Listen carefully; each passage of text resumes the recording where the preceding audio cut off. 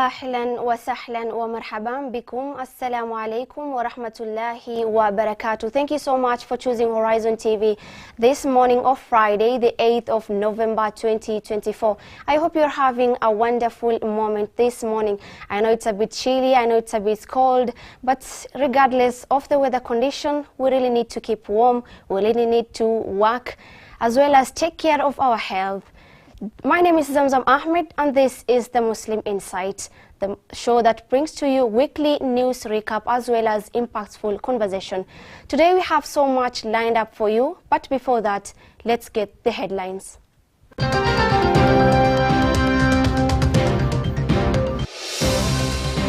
I am happy to announce that I'll be back to Kenya. Sheikh Asim Al-Hakim in Nairobi. Renowned Islamic scholar from Saudi Arabia, Sheikh Asim Al-Hakim, visits Nairobi for inspiring Dawah tour.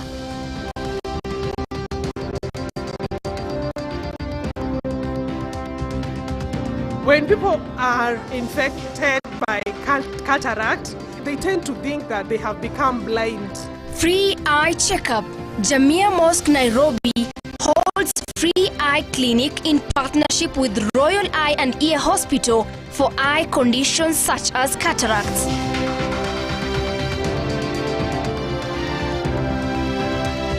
The Cabinet Secretary for Education has submitted to me charters for Islamic University of Kenya. Higher education. Islamic University of Kenya becomes the second Islamic university in the country to receive its charter, establishing it as Kenya's newest university.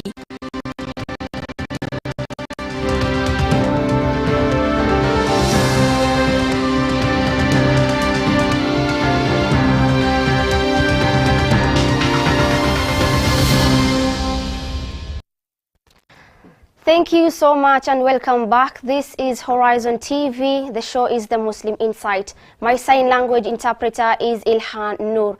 Now to begin with, Jamia Mosque Nairobi, in partnership with the Royal Eye and Ear Hospital and Islamic Relief Charity Vision, held a free eye clinic at the Jamia Multipurpose Hall on Saturday. Hundreds of Nairobi residents turned up to take advantage of the free eye screenings, consultations and treatments offered by a team of skilled ophthalmologists. The clinic provided essential eye care services, including visual assessments and treatments for common eye conditions such as cataracts, glaucoma, among others. Muhammad Ali has more report. Patients also had access to subsidized prescription glasses and medication, thanks to generous donations and resources provided by both Jamia Mosque Nairobi, the Royal Eye and Ear Hospital, and the Islamic Relief Charity Vision. We as Royal Eye and Ear Hospital, today the reason why we are here, we are partnering with the Islamic Relief Charity Vision, and that NGO will take care of all the patients who have been diagnosed with cataracts.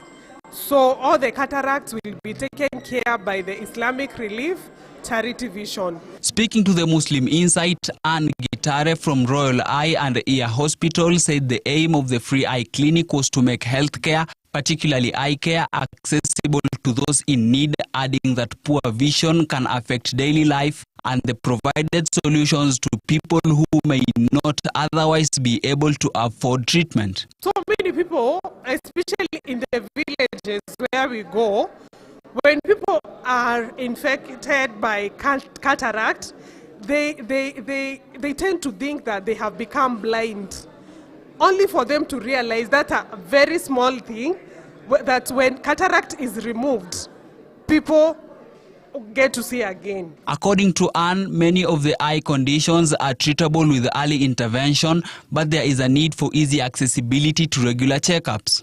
Watu wengi wako na allergens, na pia tumepata watu wenye wako na cataracts.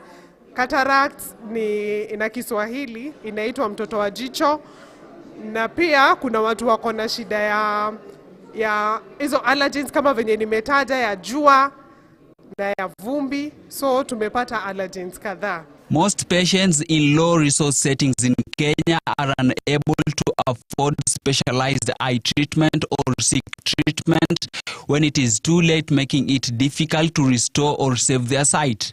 The free eye clinics have been lauded as a solution that could be a game changer in addressing resource constraints in cataract detection. So far, we have gone to 5 counties. We have been in Nairobi County. We have gone to Kiambu County, in almost all the wards. We have gone to Murang'a County. Murang'a County, we have done in so many wards. We are in Nyeri County. In Nyeri County, we have done to so many wards also. The Kenyan National Eye Health Strategic Plan 2020 to 2025 identified cataract, refractive errors and allergies as major causes of eye disease and estimated that 15.5% of Kenyans, equivalent to 7.5 million people, have eye problems that require ophthalmic care to prevent loss of vision. Cataract is the largest cause of avoidable blindness in the country, making up to 43% of all cases of blindness. Reporting for the Muslim Insight, my name is Mohammed Ali.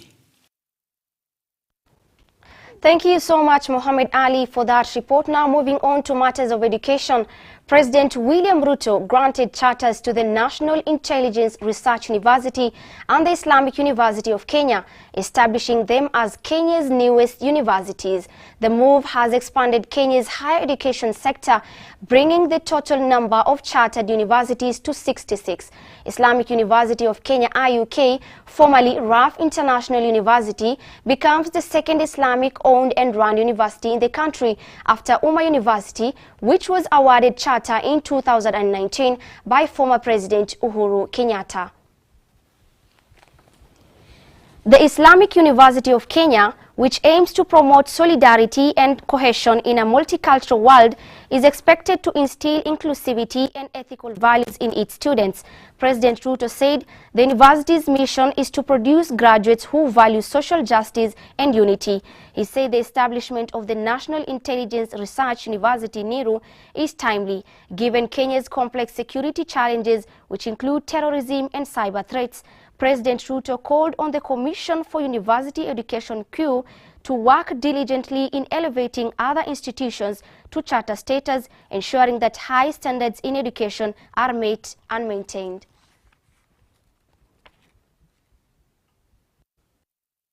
Whereas the Cabinet Secretary for Education has submitted to me charters for Islamic University of Kenya and the National Intelligence and Research University with recommendations thereon.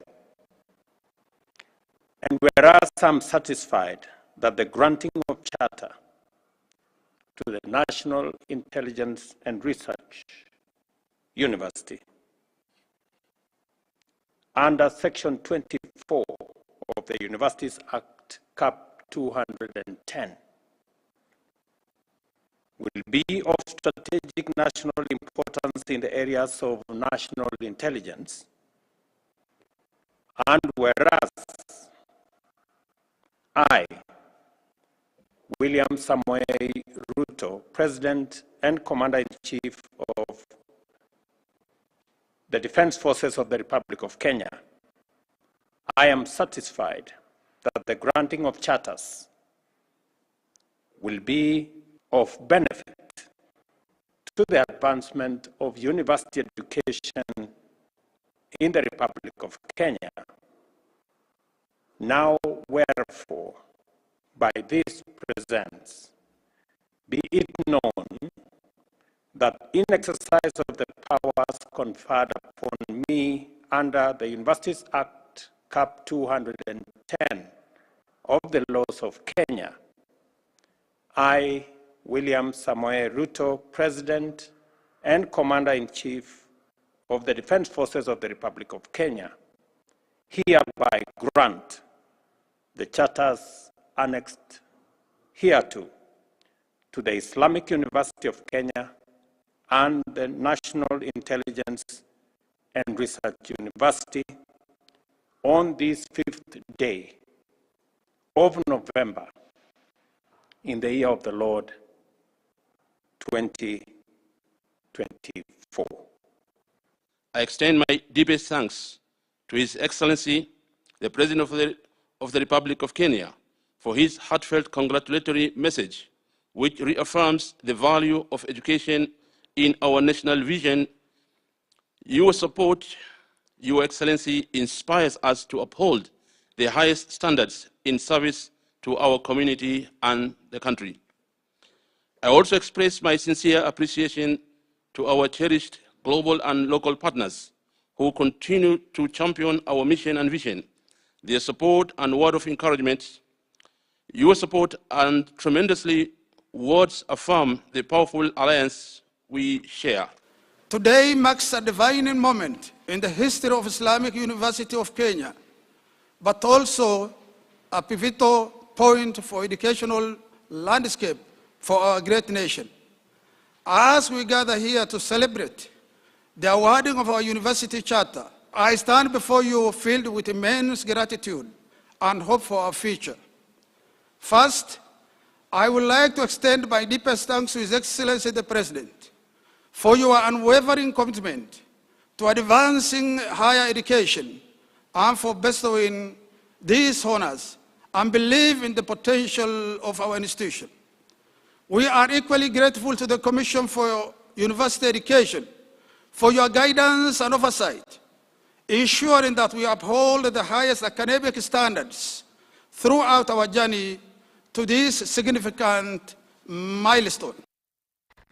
Moving on to matters of femicide in the country, the President's advisor on women's rights, Harriet Chigai, now wants femicide treated as a serious national security issue, noting statistics on women being killed in the country is worrying. The Directorate of Criminal Investigations has placed statistics of women killed at about 97 women in the last 3 months, speaking during a breakfast meeting for women leaders spanning from corporate to government in readiness for a national launch of safe homes, safe spaces for women in December. Chigai noted the trend of killing women was now translating to a woman a day, wanting the government to take decisive action against perpetrators. While acknowledging the matter needs a societal approach, Chigai called on Kenyans to remain extremely vigilant of neighbors around them who would be championing atrocities meted on women. The government eye is not everywhere. Even as we are saying, this issue of GBV and murders that are going on is actually a big problem in government, something that we need to work on, noting that matters criminal, matters health, femicide, is actually a national security issue. The President's advisor on security, Ambassador Monica Juma, said there is a clear need for the formulation of laws and policies that protect women, acknowledging a rampant wave of violence either online or physically. But we are also having another trend that is worrisome and that we must pay attention to.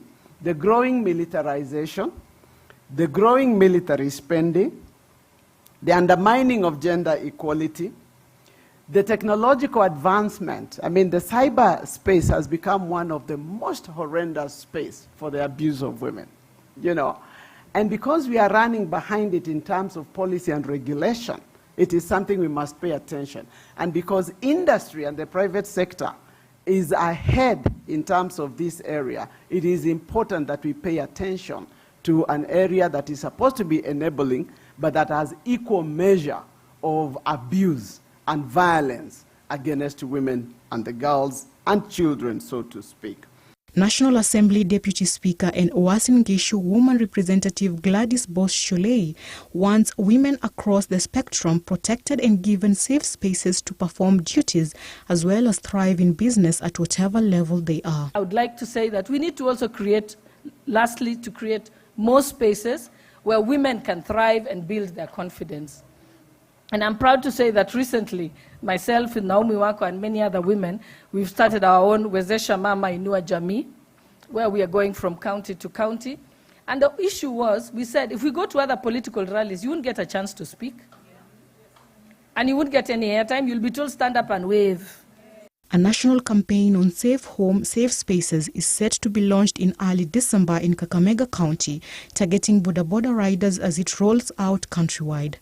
The idea behind Safe Home, Safe Spaces presents an opportunity for women to thrive in whatever space they are without the thought of either being harmed or looked down upon. Salma Salim, The Muslim Insight. Thank you so much, Salma Salim, for that report. Now moving on. Kenya is expected to start mpox vaccination by December as it seeks to secure its populace from the effects of the virus that has already ravaged some African countries. According to the Ministry of Health, Department for Public Health and Professional Standards, there are some expectations for doses of the vaccine to hit the country soon, even as it enhances searches for the vaccine through the Africa Center for Disease Control and also on its own. Probably by the end of the year, then we should have received some doses which we can start deploying to the most at-risk populations within the country. But as at now, we cannot, we have not actually started the vaccination program. We are expecting that when we receive the vaccines, especially the ones that will be made available through the Africa CDC, then we start vaccinating. Reports indicate that Africa Center for Disease Control has already started vaccinating people in 3 African countries, including Democratic Republic of Congo, Rwanda, and Nigeria. We have 3 countries start vaccinating, DRC, Rwanda, and Nigeria recently. And as the number of mpox cases in the continent are about 45,000. The Africa CDC currently has 5.6 million doses of mpox vaccine, with Kenya exploring independent options for acquiring additional vaccines to become the 4th African country to vaccinate its population against mpox. The vaccination is a very important pillar to address this issue, to break the transmission, to stop the outbreak, as well as to sustainably prevent transmission of such disease. Kenya has been credited for its efforts of keeping the disease at bay. We are ensuring that all our ports of entry are manned properly, just to ensure everybody who comes into the country is screened. We have also enhanced a lot of surveillance when we need to know what's happening at the border, and especially in the more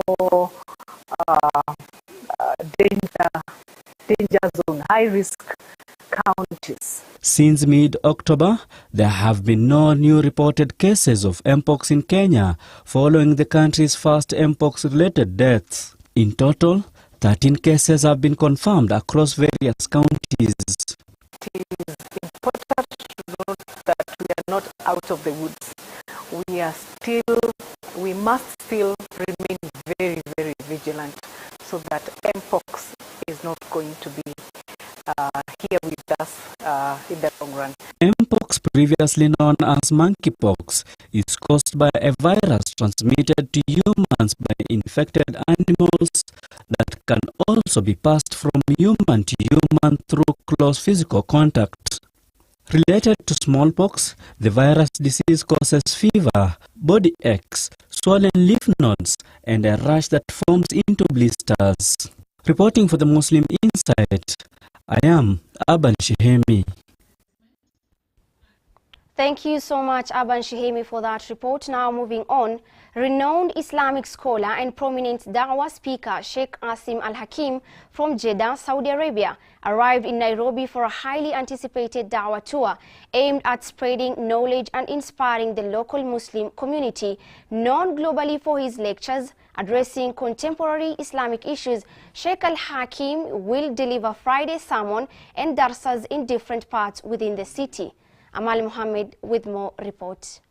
The Da'wah Tour, organized by Pious Path Projects, Association of Muslims in Universities and Colleges in Kenya, AMUK, and Muslim Students of Association of University of Nairobi, Msaun, is set to cover a range of insightful lectures and discussions. I was in Mombasa, Kenya, in the first week of August, if I'm not mistaken, and I am happy to announce that I'll be back to Kenya, but to Nairobi, where I'll be giving a number of talks starting on Thursday, inshallah, in different locations and masajid in Nairobi. Sheikh Al-Hakim's tour in Nairobi is part of his broader mission to connect with Muslims around the world, sharing authentic Islamic teachings and addressing the unique concerns faced by Muslims in diverse communities. I'll be also delivering the Friday speech on Friday, and on the 9th and 10th of November, I will be delivering or participating in conferences in universities prepared by the students of these universities and the Pious Path projects.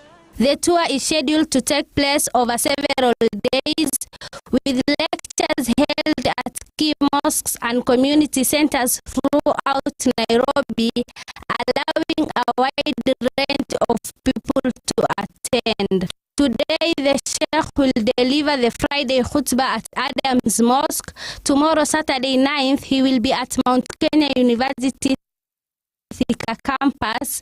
On Sunday, he will be at the University of Nairobi Towers, and later on Monday, the 11th, he will be at Jamia Mosque, Nairobi, after Maghrib prayers for a lecture. Sheikh Al-Hakim visited Kenya in August, where he held lectures in Mombasa. Reporting for the Muslim Insight, my name is Amal Mahmoud.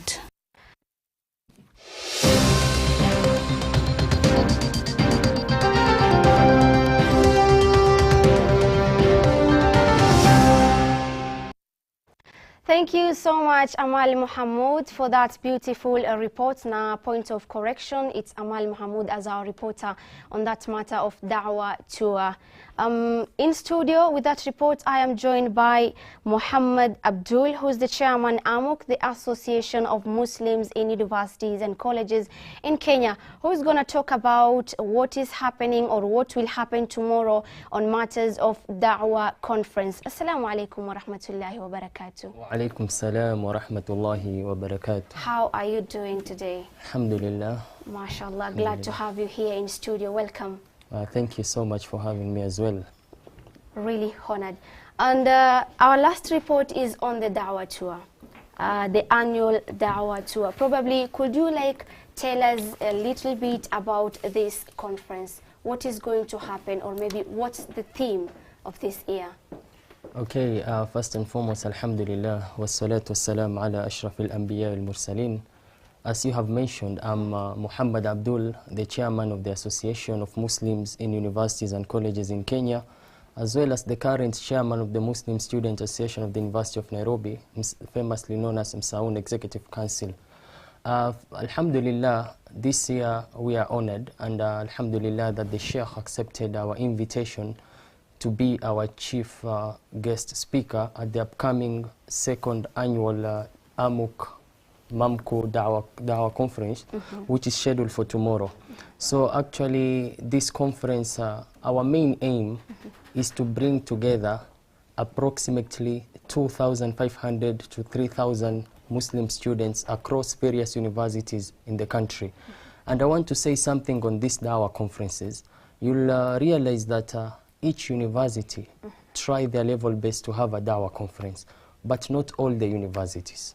Under our umbrella, AMUK, we have 35 plus registered institutions, and if you sit down and look at the statistics, only 10 of them can afford to have a Dawah conference. So as AMUK, we usually do our Dawah conference at a timely manner, where all these other institutions are done with their Dawah conferences. Now we bring the mother of all the Dawah conferences, so that those students who cannot afford, or the student organization that cannot have an opportunity to do a Dawah conference at campus level, can at least feel involved in this one that we usually do for almost all the students. Okay. Yeah. You've talked about you guys having the 35 community maybe in one, and you find that it's only 10 who are adhering to it, or maybe who can afford to have this Dawah conference. Probably what could be the reason, or maybe how can it be improved to ensure that all these 35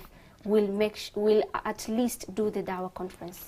Okay, in the history of the Muslim Student Association bodies, we have leaders. Okay. And alhamdulillah, we have other institutions which are favored and they're known.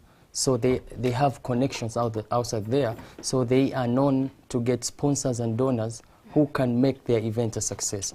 So you'll see out of the 35 that are registered under us, most of them are in Nairobi, the institutions around Nairobi, but others are not in Nairobi. I'll give you an example of an institution, Masinde Muliro University in Kakamega. Their Muslim association is under us. Our brothers and sisters there, they have tried their level best to come up with a Dawah conference, but what is the main challenge? Finance. You cannot have an event if you don't have finances. So alhamdulillah, most of the institutions that are around Nairobi, they can easily access some of the partners, including Jamia Mosque, who has been one of the partners in almost all the almost Muslim student organizations. So you'll find that due to distance and also the financial challenge that has been imposed, right now, if you will do a simple conference, it won't cost you anything less than 60,000. And that amount is a big amount looking at the current economy of the country. So that's the main factor which is hindering some of the universities not having their Dawah conferences at campus level. And maybe how are we going to improve on this? Because financial issue is something that is affecting most of the activities that is going on in this country. Okay, what we can do is that these organizations should have a sustainable economic plan. And as AMUK, right now what is on the table for us, we have an organization, I don't want to mention its name because it's not yet ready, that is ready to bring a project called Food Trolley Project, where they want to sponsor the association, come up with a small business plan, then whatever profit that they're going to raise from it to be put at the account for the activities, the Dawah activities and all that. So the best thing or the best solution for this is each association at least to have a good economic plan which will be sustainable for years and years to come. And just to mention on that is that most of the universities, if not all, the administration only support the main student body, which is being elected by the students at the university. So you'll find that these religious bodies like Muslim student, the Christian organization, the SDAs, most of the time they get very minimal financial support compared to the general student body. Probably, how does this Dawah tour probably address challenges that the youths are facing? Because you can see it's the college students, the university students. How will it address? Okay, first and foremost, I'll want to answer the one question, why Sheikh Asim? I mean, why did we go for him? Because that already, to answer that, already brings the answer that you are looking for. We are looking at Sheikh Asim in a perspective that he's one of the scholars who answers things clearly. And he's famously known as for his Q&A session, which is the main challenge that our youths, which is the main thing that our youths need to hear right now. You'll find that most of the youths have questions, but some of the shuyukhs will tell you that, okay, I'll get back to you. But with Sheikh Asim, it's on point. Sheikh, I have this. Yeah, Sheikh, I have this and this. Hapo, you get the answer there. So what, just to finish on that, what do we want to achieve is that the unity and the networking and the unity and networking of these Muslim students. I mentioned that we are targeting across, an approximately of 2,500 to 3,000 Muslim students. So you see some of the students are coming as far as Maseno University, as far as Masinde Muliro, as far as Masai Mara. They are coming across, across the country. So we are putting someone and by, they feel the value. Like this is someone who we won't get this opportunity.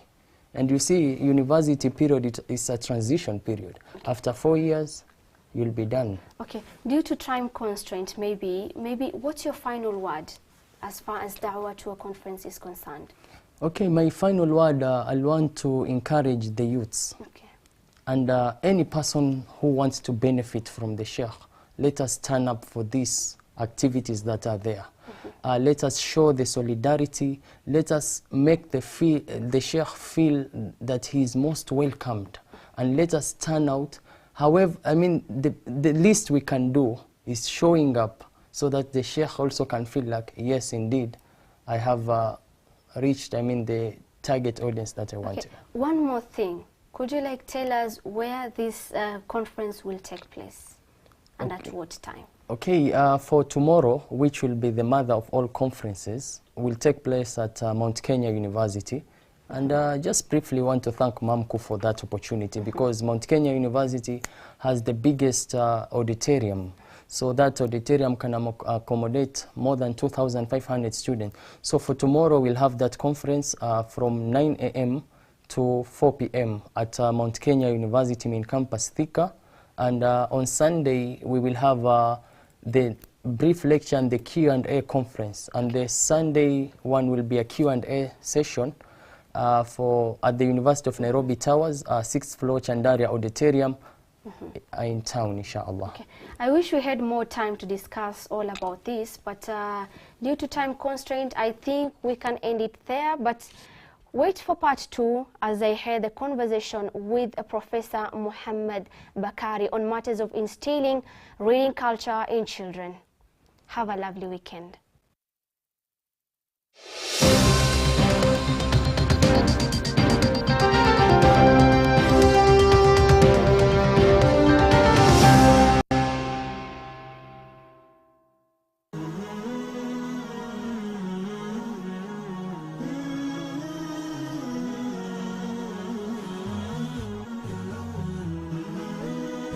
Horizon TV, the beacon for the nation. Tazama ukumbi wa fiqhi kwenye Horizon TV. Halal, haram, sunna, wajib, makruh, mubah. Ili upate kujua ahkam za ibada kwenye Horizon TV.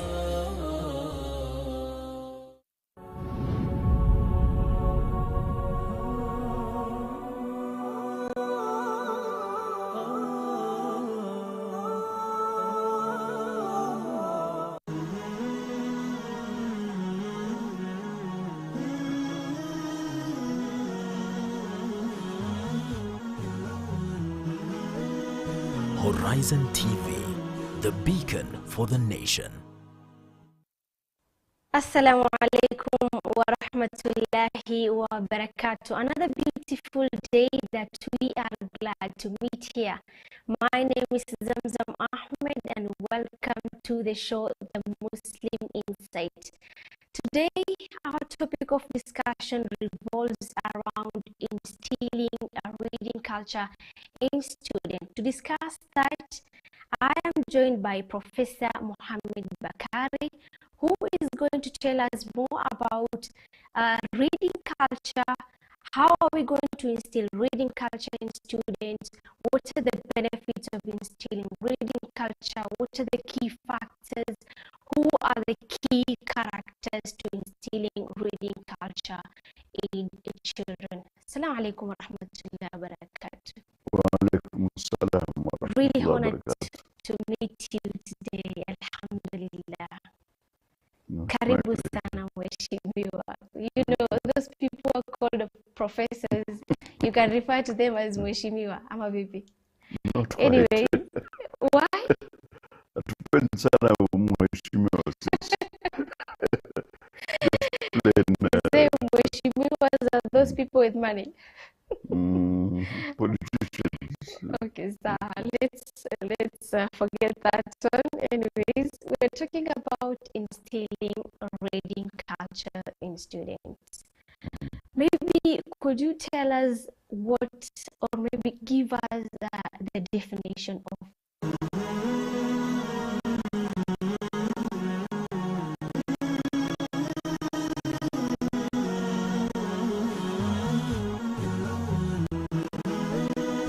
Horizon TV, the beacon for the nation. Tazama ukumbi wa fiqhi kwenye Horizon TV. Halal, haram, sunna, wajib, makruh, mubah. Ili upate kujua ahkam za ibada kwenye Horizon TV.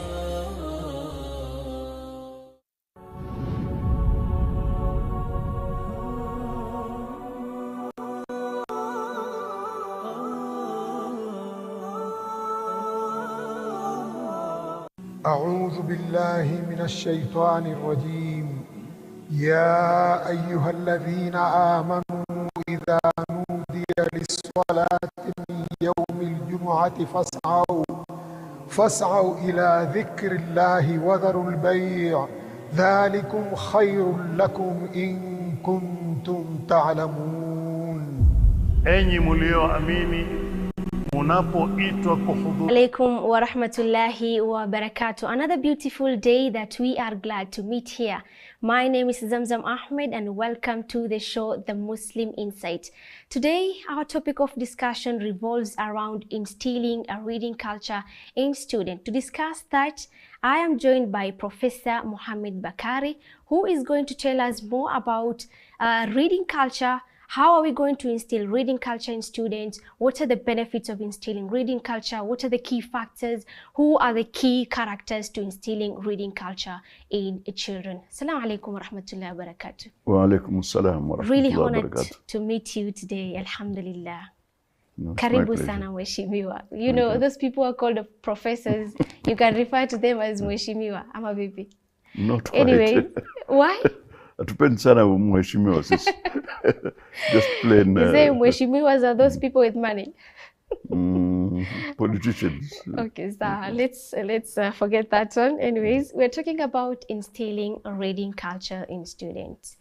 Maybe could you tell us what, or maybe give us the definition of reading culture? What is this culture about?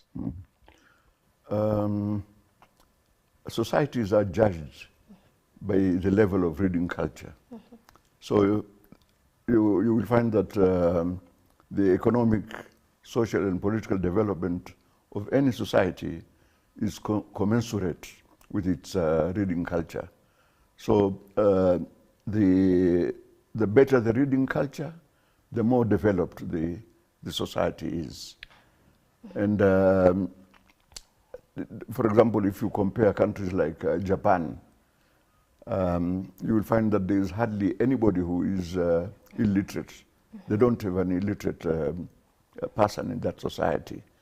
And reading culture is valued very highly.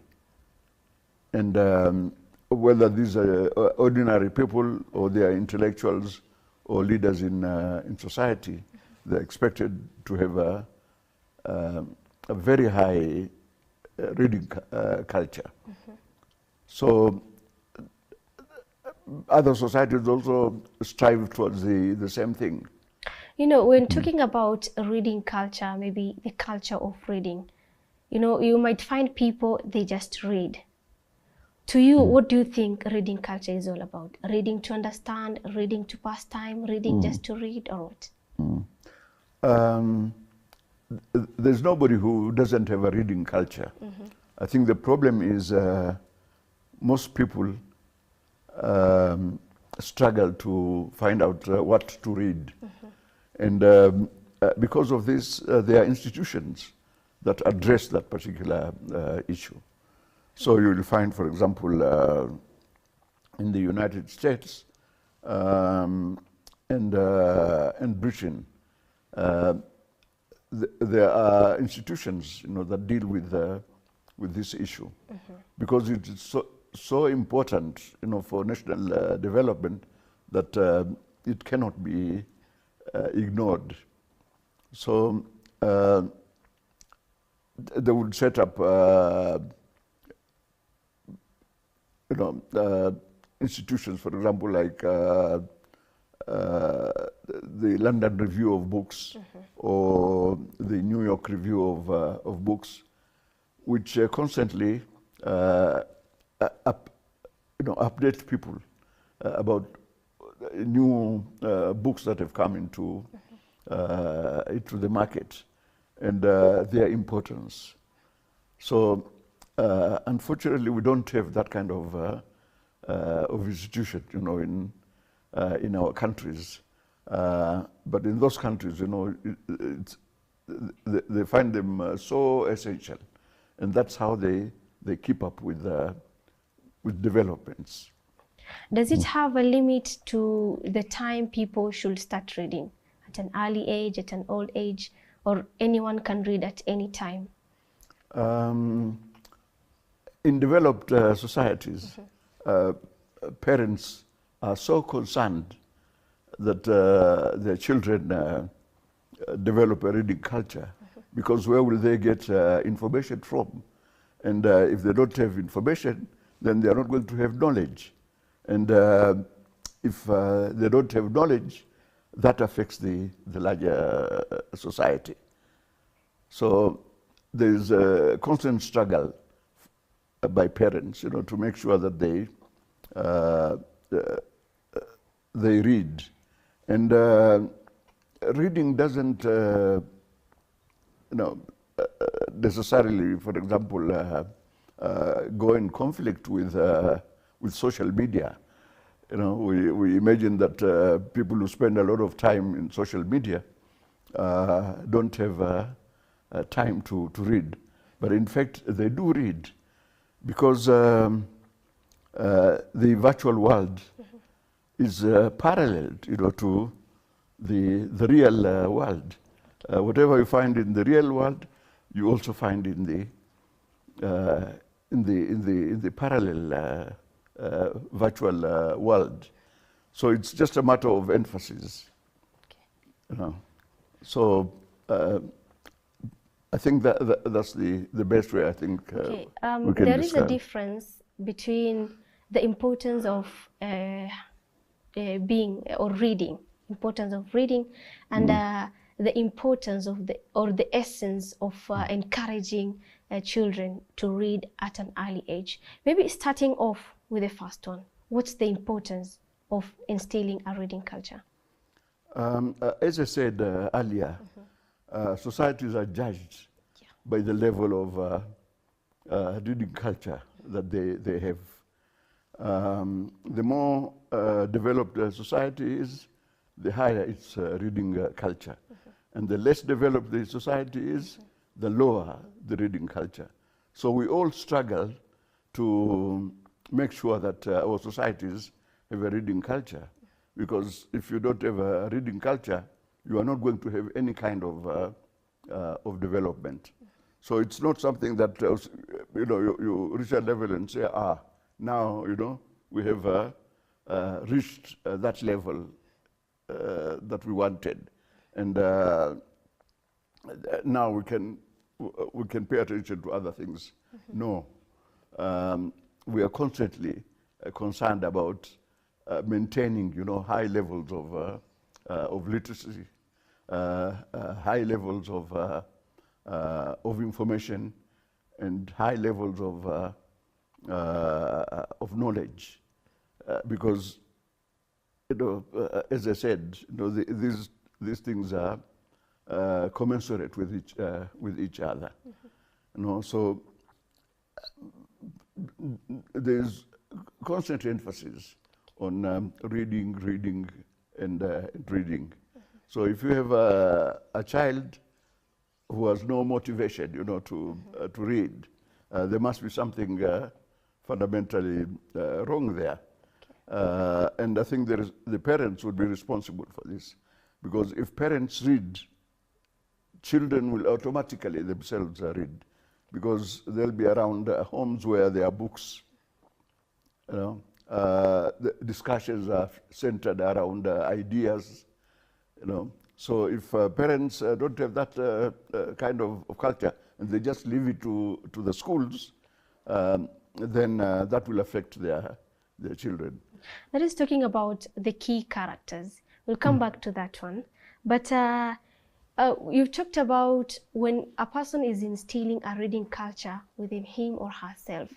Maybe he'll get information, he'll be on the know of what is happening around him or her. Maybe development, society development, that is what is related to reading culture. Probably what are other things that is related to reading culture?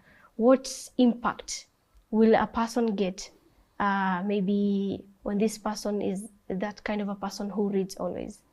I think the first thing is they're going to be creative themselves, because they'll see the need, to be creative, to invent things, to discuss ideas. Because if you don't have a reading culture, you will not be exposed to this. You'll know something about other societies. And as I said, there's no society that doesn't see the importance of a reading culture. And we learn also from other cultures. And as I said, for example, in Japan, there is no illiterate person.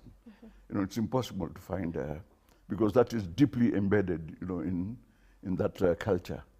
And then other societies also strive towards the same goal.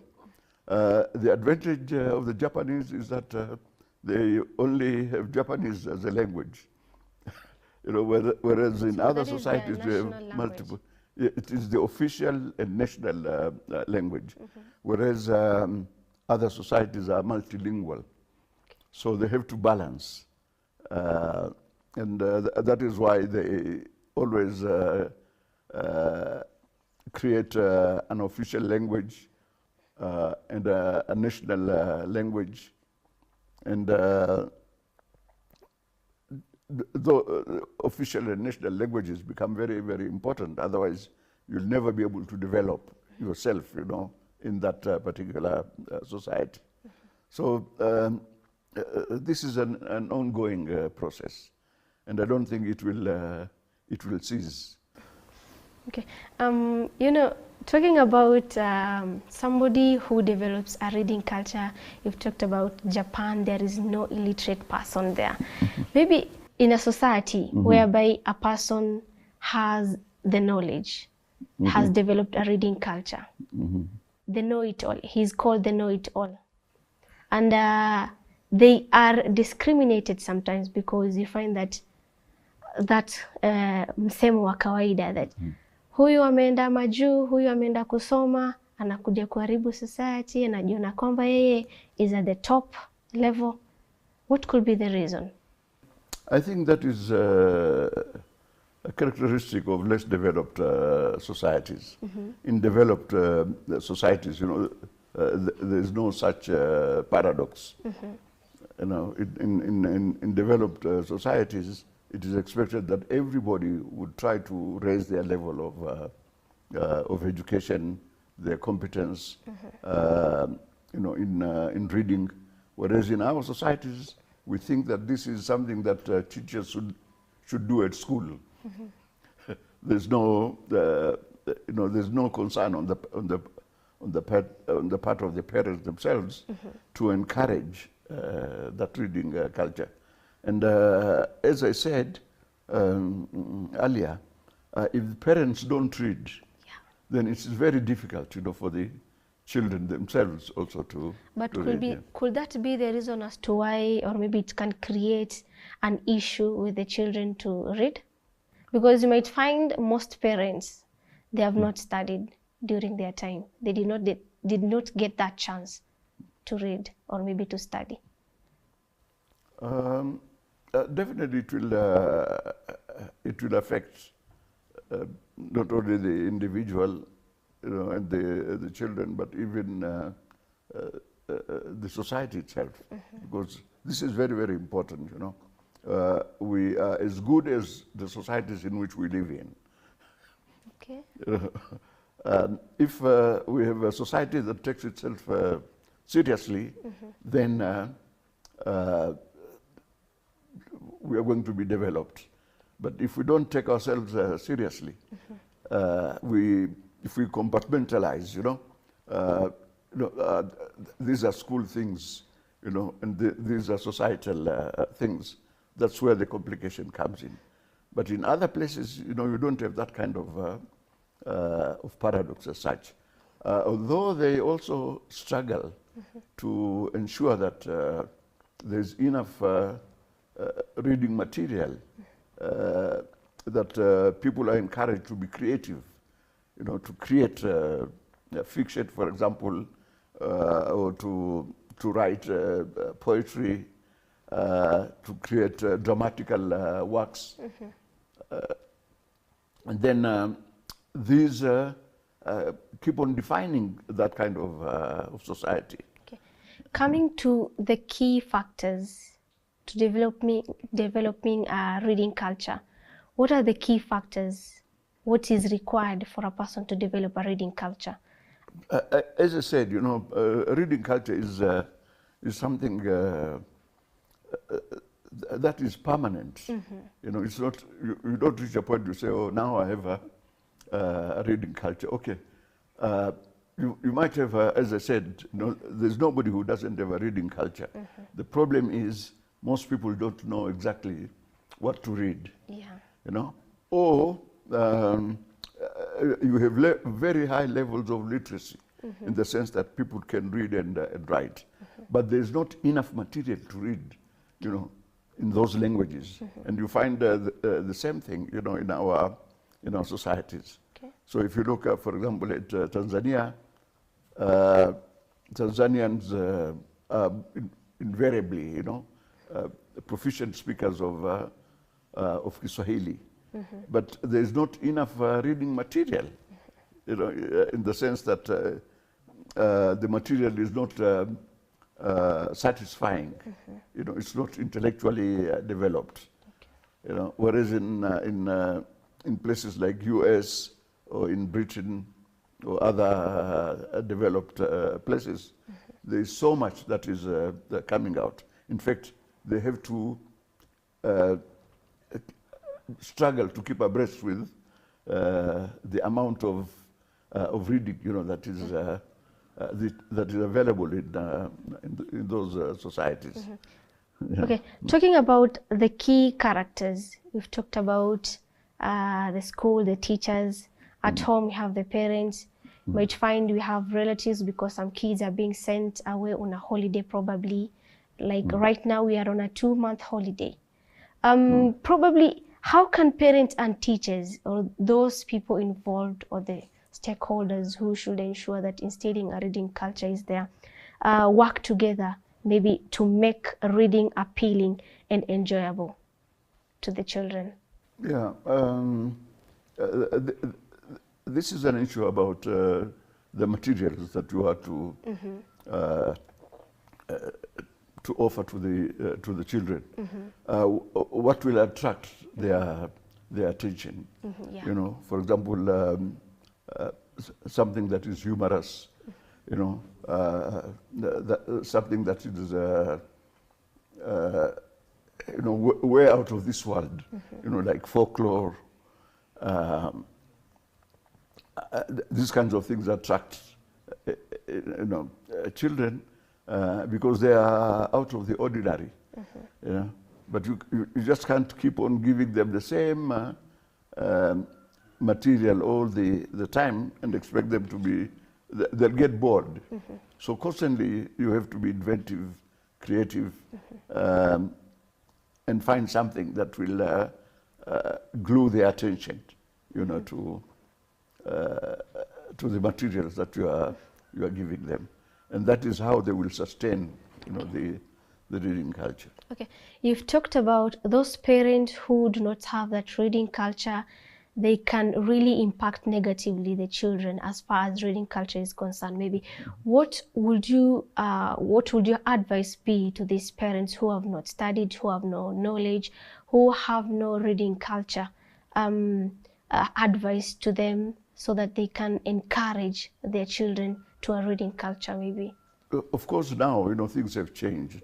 It's not as it used to be. There's a critical mass of literate people. And there's also a critical mass of creative people.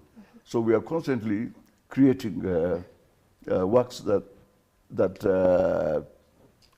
will sustain that reading culture.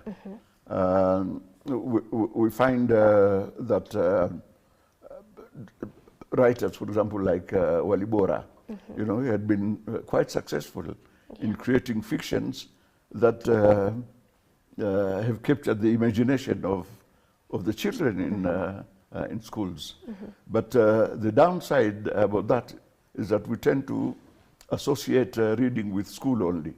But it must be taken outside, the school. That it is something that you enjoy because it is appealing. So we mustn't create works purely, for the school system. Because if you do that, then you are giving the impression that reading is just a school thing. Whereas if you create works that can be read by the larger society, then that will sustain and help the reading culture in that society. Okay. Right now we are in the era of technology, digital, something like that. And with the rise of digital distractions, maybe what strategies can parents and teachers use to encourage children to use, or rather to choose reading over screens? Because at home right now, students are on holidays. You might find that students spend most of their time on screens, maybe television, maybe phone. So how can teachers and parents what can they use, or what strategies can they use in order to instill this reading culture? Again, as I said earlier, there's nothing wrong, with social media, because as I said, you have parallel worlds, the real world and the virtual world, and there should not be any conflicts, between these two. In fact, they have found that children who have developed a reading culture would prefer to actually have the physical book rather than,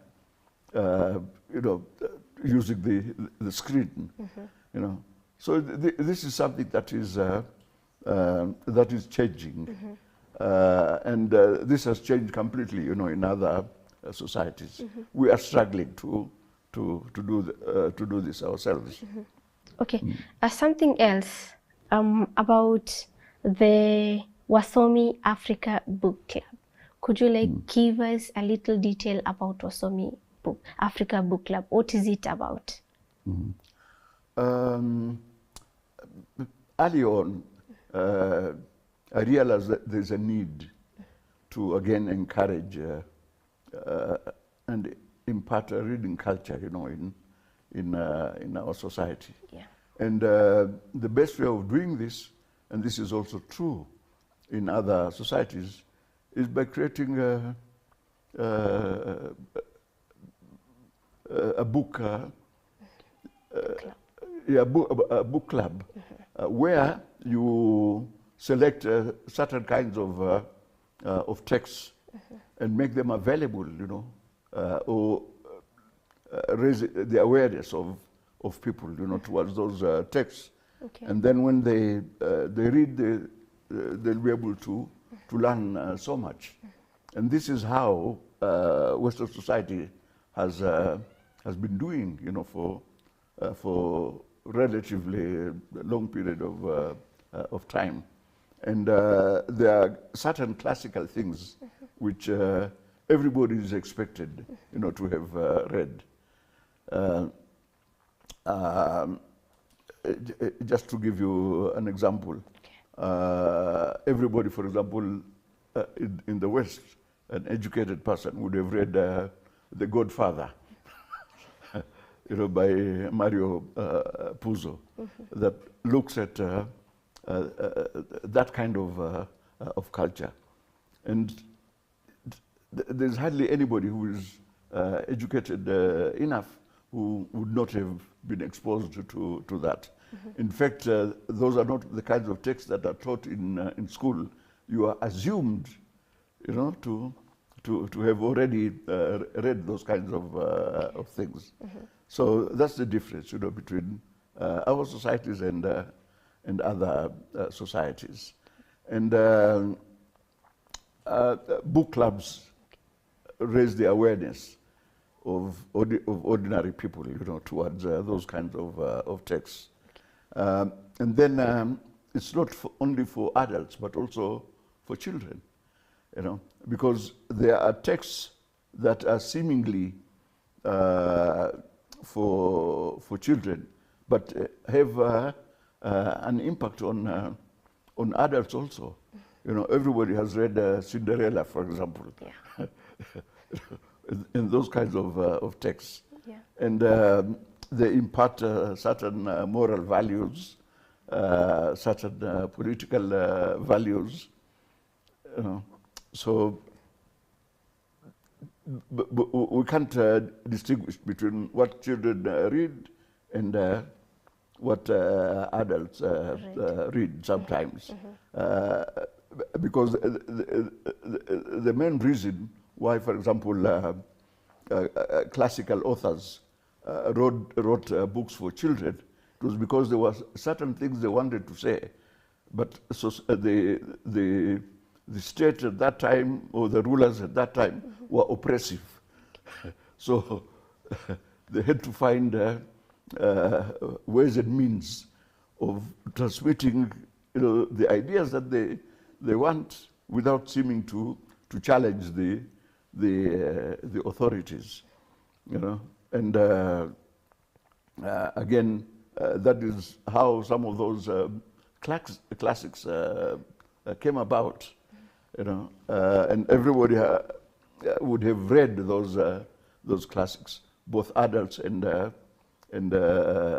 children, and that happened mostly in places like Britain. Then it spread to other parts. We've talked about the key factors, forgetting that there is one main key factor in instilling a reading culture.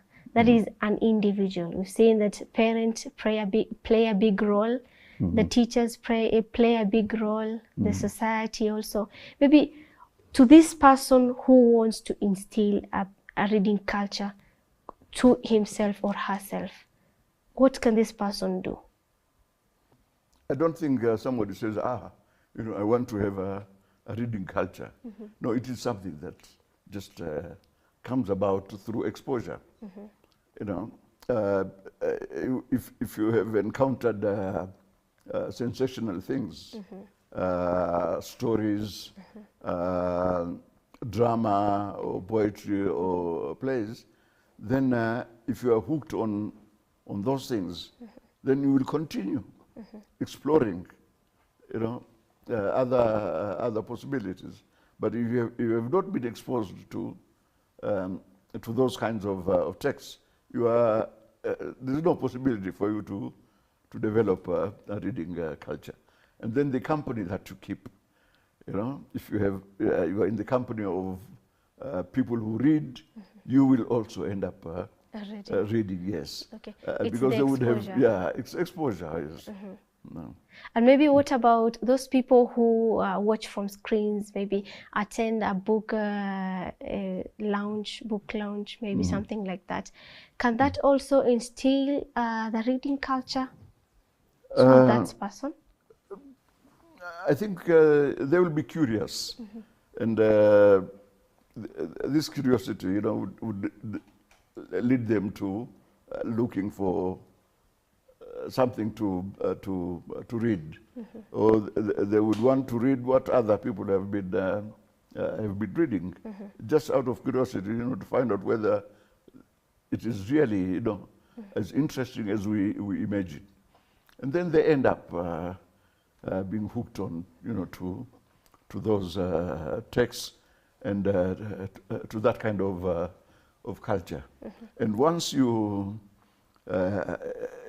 get used to that kind of, there's no going back. I don't know of anybody, who has developed a reading culture that stop reading. Okay, but Professor, because of the limitation of time, maybe, what would your advice be, or what would you advise people as far as a reading culture is concerned? Be it the parent, be it the teacher, be it the students themselves. What advice could you give them, maybe? I would focus on the parents, I would encourage the parents to,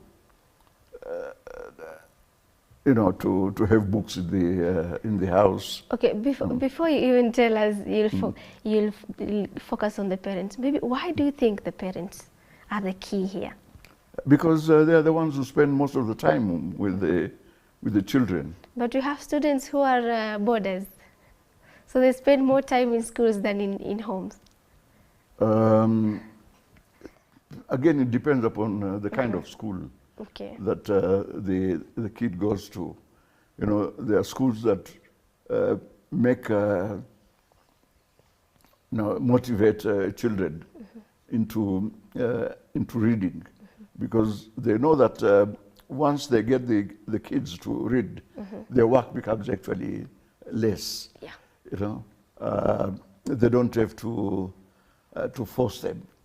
They just motivate them or provide the environment and the texts for the kids to read, and then they will develop themselves. Because, as I said, anybody who develops a reading culture, it's impossible, to remove that, from them. It's an addiction which you can't escape from. I can't imagine myself not reading. It's just impossible. I'm always looking for something to read. So not necessarily about contemporary period. I would want to know what was happening, let's say, in the 15th century, or in the 2nd century BC, and material is available on those periods. Okay. So this keeps on sustaining me. So it's all about the availability of the material, first thing. Yeah, more than anything else. Yeah. That is really amazing. Very interesting topic to talk about this era, so that we see how we can instill reading culture in students. Right now, students are on a holiday, 2 months holiday. What are you doing to ensure that your child develops a reading culture? Thank you so much, Professor. I'm really glad and honored to have you here talk about this important issue. I don't have much to add on that. Till next time, inshallah. Assalamu alaikum wa rahmatullahi wa barakatuh.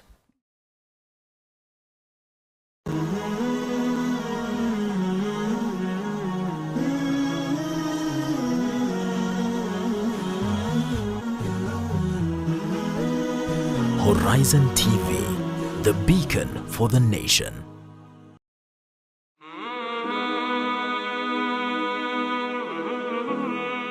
Bismillah walhamdulillah wassalatu wassalamu ala rasulillah wa ala alihi wa sahbihi ajma'in. This morning, as I was slicing